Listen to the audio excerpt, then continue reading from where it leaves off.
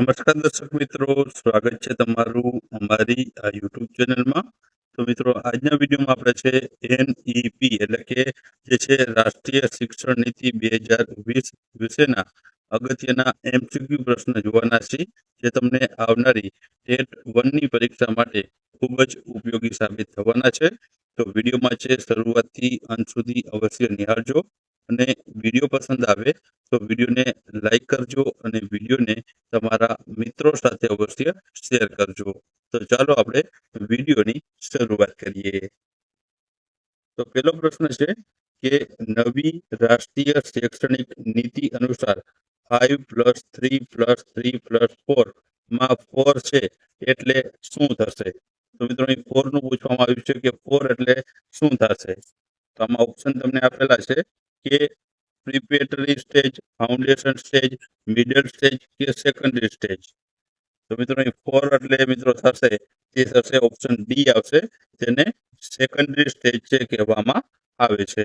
ત્યારબાદ આગળનો પ્રશ્ન છે કે NEP 2020 નો ડ્રાફ્ટ કેટલી ભાષામાં તૈયાર કરવામાં આવ્યો છે? ભાષા પૂછવામાં આવ્યું છે કે કેટલી ભાષામાં છે આનો ડ્રાફ્ટ છે, આ નવી શિક્ષણ નીતિનો છે તૈયાર કરવામાં આવેલો હતો. તો તમને ઓપ્શન આપેલા છે 21 ભાષા અને 457 પેજ, 22 ભાષા અને 458 પેજ, 22 ભાષા અને 457 પેજ કે 21 ભાષા અને 458 પેજ. તો આમાં મિત્રો જવાબ શું આવશે?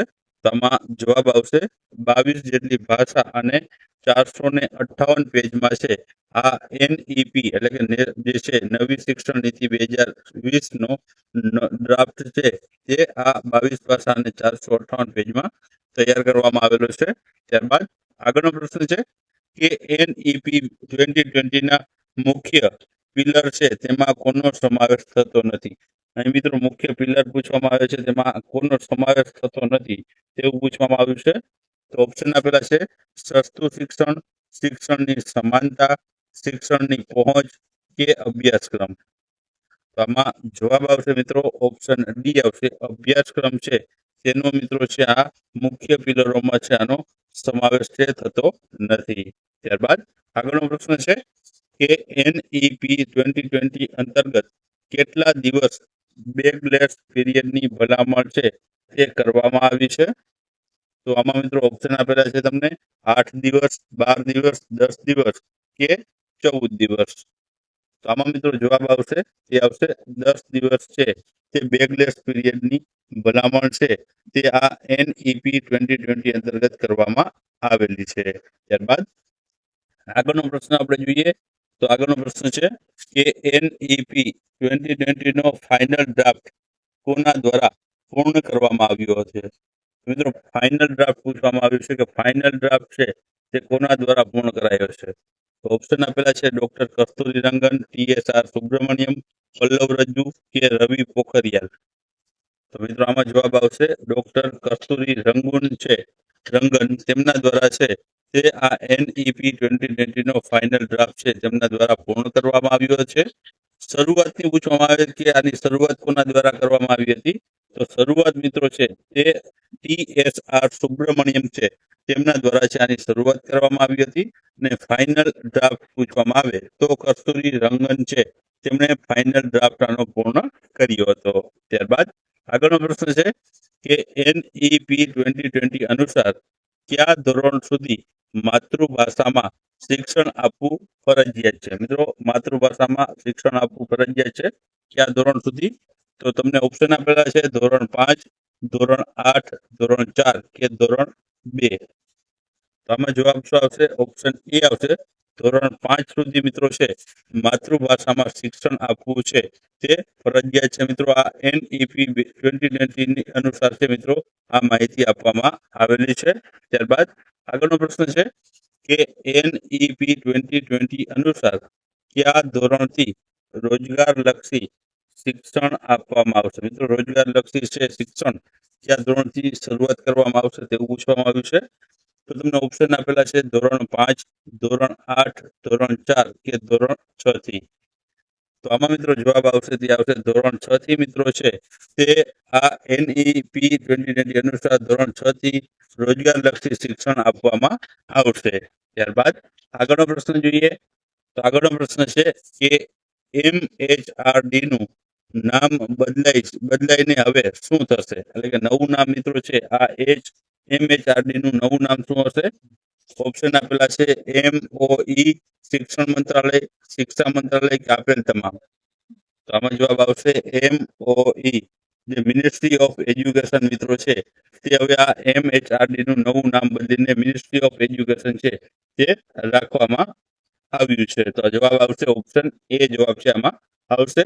ત્યારબાદ આગળનો પ્રશ્ન છે કે પ્રાથમિક શિક્ષણનો રેશિયો ક્યાં સુધી 100% કરવાનો સરકારે જે છે લક્ષ્યાંક નક્કી કર્યો છે? પ્રાથમિક શિક્ષણનો મિત્રો વાત થઈ છે. તો ઓપ્શન આપેલા છે વર્ષ 2030, વર્ષ 2035, વર્ષ 2040 કે વર્ષ 2026 સુધીમાં. તો આમાં જવાબ આવશે મિત્રો ઓપ્શન એ આવશે વર્ષ 2030 સુધીમાં જે પ્રાથમિક શિક્ષણનો જે રેશિયો છે તે 100% કરવાનો સરકારે છે લક્ષ્યાંક છે જે નક્કી કરવામાં આવ્યો છે. ત્યારબાદ આગળનો પ્રશ્ન આપણે જોઈએ. તો આગળનો પ્રશ્ન છે કે ઉચ્ચતર શિક્ષણનો GER ક્યાં સુધી 50% કરવાનો સરકારે લક્ષ્યાંક છે તે નિર્ધારિત કર્યો છે? મિત્રો ઉચ્ચતર શિક્ષણની વાત થઈ છે તો આમાં ઓપ્શન આપેલા છે વર્ષ 2030, વર્ષ 2035, વર્ષ 2040 કે વર્ષ 2026માં. તો આમાં મિત્રો જવાબ આવશે તે આવશે ઓપ્શન બી આવશે વર્ષ 2035 સુધીમાં મિત્રો છે આ ઉચ્ચતર શિક્ષણનો GER છે 50% કરવાનો જે છે સરકારે લક્ષ્યાંક નિર્ધારિત કર્યો છે. ત્યારબાદ આગળનો પ્રશ્ન છે કે NEP 2020 એ કેટલા વર્ષ પછી આવેલી નીતિ છે? મિત્રો આ કેટલા વર્ષ પછી છે આ નવી જે છે શિક્ષણ નીતિ આવી છે તે પૂછવામાં આવ્યું છે.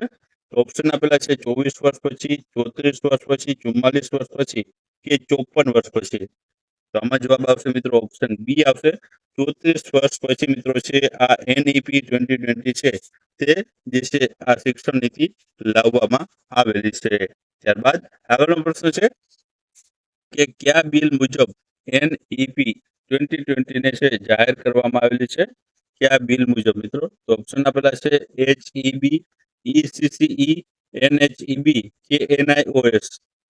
તો આમાં જવાબ આવશે મિત્રો તે આવશે NHEB અંતર્ગત છે મિત્રો આ NEP 2020 જે છે બિલ છે જે મુજબ છે બિલ જાહેર કરવામાં આવેલું છે. ત્યારબાદ આગળનો પ્રશ્ન છે કે NEP 2020 ભારતમાં 20 ઓગસ્ટે લાગુ પડનાર પ્રથમ રાજ્ય કયું છે? એટલે કે પ્રથમ કયા રાજ્યમાં છે મિત્રો જે છે આ નેશનલ જે છે રાષ્ટ્રીય શિક્ષણ નીતિ છે જે 2020ની છે જે લાગુ કરી હોય તેવું પ્રથમ રાજ્ય પૂછવામાં આવ્યું છે. ઓપ્શન છે ગુજરાત, રાજસ્થાન, પંજાબ કે કર્ણાટકમાં. પ્રથમ મિત્રો છે કયા રાજ્યમાં છે તે લાગુ પડવામાં આવ્યું હતું?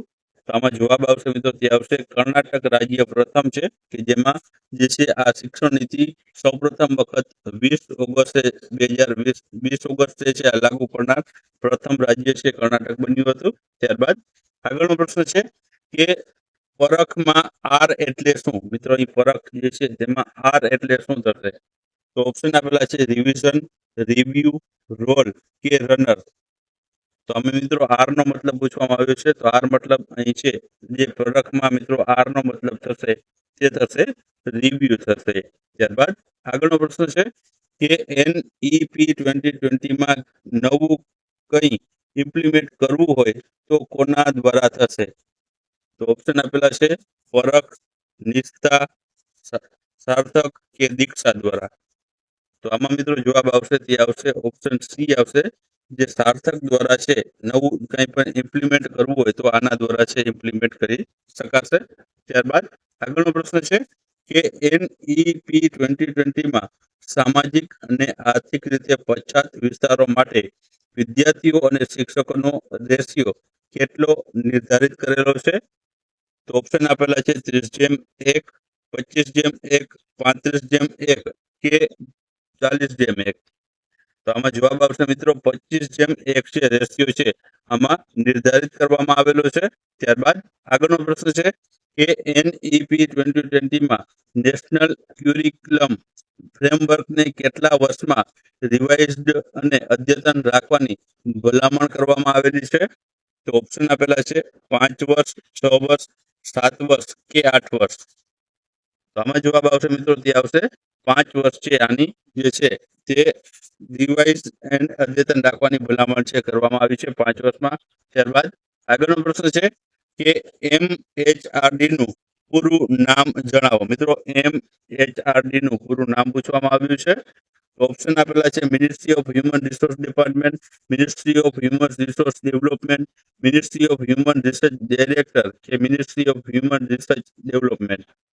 તો મિત્રો આમાં જવાબ શું આવશે? તો જવાબ આવશે આમાં ઓપ્શન એ આવશે, ministry of human resource department છે મિત્રો, તે MHRD નું પૂરું નામ છે તે થશે.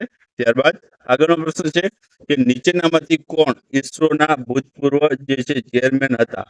મિત્રો, ભૂતપૂર્વ ચેરમેન ઇસરોના રહી ચૂક્યા હોય એવા વ્યક્તિ કોણ હતા? તો ઓપ્શન આપેલા છે કસ્તુરી રંગન, TSR સુબ્રમણ્યમ, રમેશ પોખરિયાલ કે પલ્લવ રજ્જુ. તો આમાં જવાબ આવશે મિત્રો કસ્તુરી રંગન, જે ઓપ્શન એ છે સાચો છે. તે મિત્રો છે આ જે છે NEP 2019 નો ડ્રાફ્ટ પૂર્ણ કર્યો છે કસ્તુરી રંગન, તે જ મિત્રો છે ઇસરોના ભૂતપૂર્વ તેઓ છે ચેરમેન રહી ચૂક્યા છે. ત્યારબાદ આગળનો પ્રશ્ન છે કે કયા વર્ષ સુધીમાં ધોરણ 3 ના વિદ્યાર્થીઓને મૂળભૂત સાક્ષરતા અને સંખ્યા જ્ઞાન પ્રાપ્ત કરવા માટેની અમલીકરણ યોજના રાજ્યો દ્વારા અમલમાં મૂકવામાં આવશે? તો ઓપ્શન આપેલા છે વર્ષ 2030, વર્ષ 2023, વર્ષ 2025 કે વર્ષ 2026 સુધીમાં. તો જવાબ આવશે આમાં મિત્રો ઓપ્શન એ આવશે વર્ષ 2025 સુધીમાં છે મિત્રો ધોરણ 3 ના વિદ્યાર્થીઓને મૂળભૂત સાક્ષરતા અને સંખ્યા જ્ઞાન પ્રાપ્ત કરવા માટે અમલીકરણ યોજના છે રાજ્યો દ્વારા અમલમાં મૂકવામાં આવશે.